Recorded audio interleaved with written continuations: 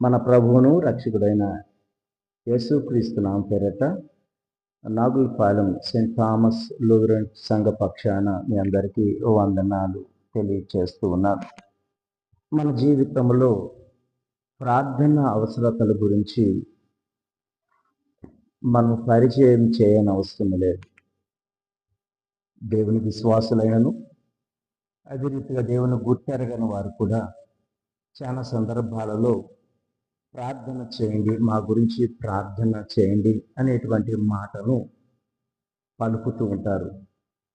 మన జీవితంలో ప్రార్థన ఉంటే ఏమవుతుంది, ప్రార్థన లేకపోతే ఏమవుతుంది అనేది మనం జ్ఞాపకం చేసుకుంటే ప్రార్థన యొక్క ప్రాముఖ్యత మన జీవితంలో చాలా ఉందని మనము గ్రహించాలి. దేవుడు అంటూ ఉన్నాడు, ఈ దినమున నీది నిజముగా బలమైన ప్రార్థనేనా ప్రశ్న వేస్తున్నాడు. క్రైస్తవ విశ్వాసిగా నీది బలమైన ప్రార్థనేనా? నువ్వు చేసేటువంటి ప్రార్థన నిజముగా దేవునికి ఇష్టముగా ఉన్నదా?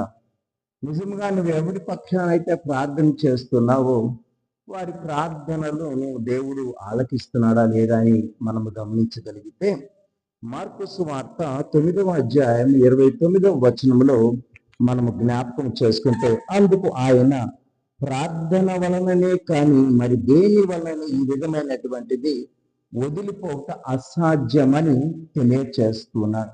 ఈ సందర్భం ఏమిటంటే, ఒక తండ్రి కుమారునికి దయ్యం పట్టించి ఆ బిడ్డను అగ్నిలోను నీళ్ళలోను పడవేస్తూ ఉంటే ఆ తండ్రి శిష్యుల దగ్గరికి ఆ బిడ్డను తీసుకురావటం జరిగింది.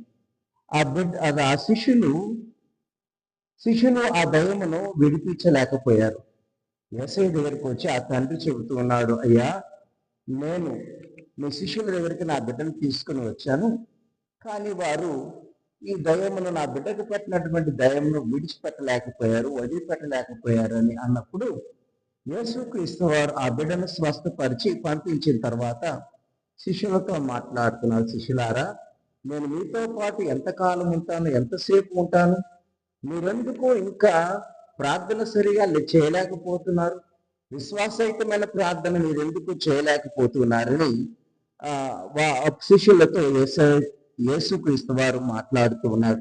కనుక యేసుక్రీస్తు వారు అక్కడ శిష్యులను కూడా గద్దించారు.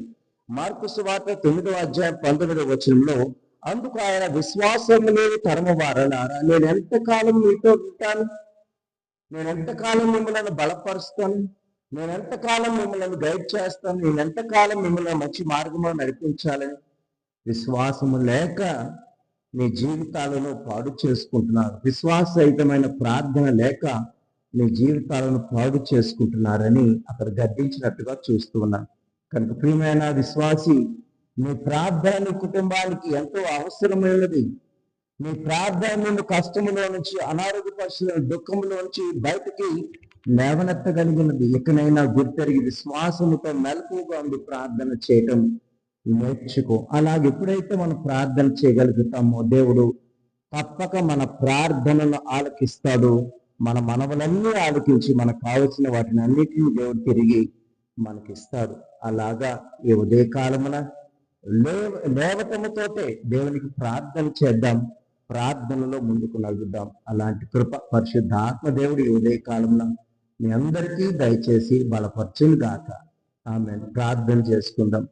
కృప కలిగిన తండ్రి, ప్రేమ కలిగిన మా గొప్ప దేవ, ఎందరైతే తండ్రి ఈ వాక్యములు వింటున్నారు వారి జీవితాలలో ప్రార్థన యొక్క ప్రాముఖ్యతను వారికి దయచేయమని అడుగుతున్నాము తండ్రి.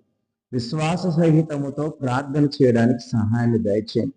వారి కుటుంబాలలో దేవుడు ఉన్నటువంటి ప్రతి కష్టము దూరపరచుకోవడానికి ప్రార్థన ఆయుధముగా వాడబేటకు సహాయమును దయచేయమని అడుగుతున్నాము తండ్రి.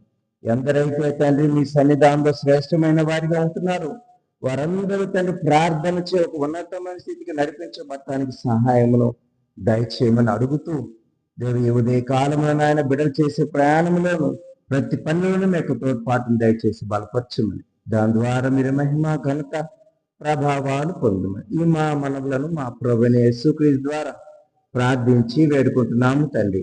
ఆమేన్. తండ్రి, కుమార పరిశుద్ధాత్మక త్రియేక దేవుని దీవెన ఇప్పుడు సదాకాలం. దేవుని కృప ఎందరైతే అవసరతలలో అక్కర్లున్నారు వారిని దేవుడు బలపరిచి ప్రార్థన అనే ఆయుధముతో వారి కుటుంబాలను వారి జీవితాలను సరి చేసుకుని ఆశీర్వాదాలు పొందుటకు దేవుని కృప సదాకాలం తోడైండును గాక. ఆమేన్. ప్రియ దేవుని బిడ్డలారా, ప్రార్థన అవసరతలు ఉన్నట్లయితే మీ ప్రార్థన అవసరతల కొరకు ఈ స్క్రీన్ మీద ఉన్నటువంటి నంబర్కి ఫోన్ చేసి ప్రార్థన అవసరం పొందవలసిందిగా మనవి చేస్తూ ఉన్నాను. అందరికీ వందనాలు.